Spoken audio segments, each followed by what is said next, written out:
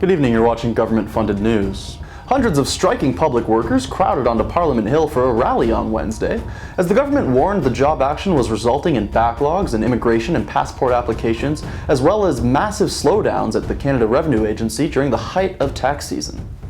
In a confusing statement, the union behind the strike has called on all levels of government to step in and put an end to their demonstrations, as they're entering their second week and blocking some important areas.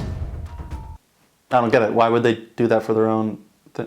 Oh, that's what they said for the Freedom Convoy protests. That makes sense now. See, obviously, it's okay to protest when you want to work from home forever and didn't 3 years ago. But it's clearly not okay when you're against the government coercing you to take a new medical product which has no long-term safety studies and has more redacted documents linked to it than the We Charity. What are you talking about? Trudeau said he never forced anyone.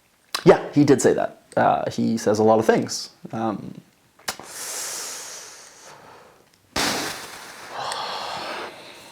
And therefore, while not forcing anyone to get vaccinated, the bottom line, proof of vaccination will be required by no later than the end of this month for all federal employees. And by mid-November, enforcement measures in place will make sure that everyone is vaccinated. Misinformation and disinformation is carrying people to believe things that are untrue. The acting ethics commissioner resigned last week after less than a month into the 6-month job, and a day after a House of Commons committee voted to launch an investigation into her appointment. The interim promotion of Martine Richard caused significant controversy, as she is the sister-in-law of cabinet member Dominic LeBlanc, who was himself found guilty of violating ethics laws in 2018. Here's what the minister had to say about ethics. The ethics of business can be summarized in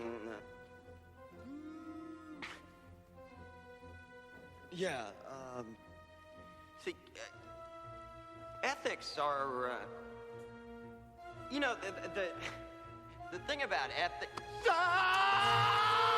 Justin Trudeau has told NATO officials privately that Canada will never meet the military alliance's defense spending target, according to a leaked secret Pentagon assessment obtained by the Washington Post. Turns out we spent our money on other things, like having more vaccines per person than every other country on the planet Earth. Now that's obviously money well spent. Yeah, this is no big deal. Everyone's obviously overreacting. It's not like our allies don't trust us or the military has been sounding the alarm for years. Besides, if we make room in the budget for this, there'll be no room for all the drag kids story programs we want to make. Don't you want 9-year-olds to be able to sell their merch to local fetish stores? Who's going to tell people about that? Meanwhile, in an effort to raise awareness as to how virtue signaling and performative violence against women, the Minister of Transport and some other MPs awkwardly stumbled around some tables in pink heels. The minister stated that this will encourage boys and men to be part of the solution. Well, unless the solution is for men and boys to wear pink heels, I don't think this is encouraging anyone to do anything. Well, maybe that is the solution. If all guys were girls, then there wouldn't be any male violence against women, would there? Yeah, I don't think that's it.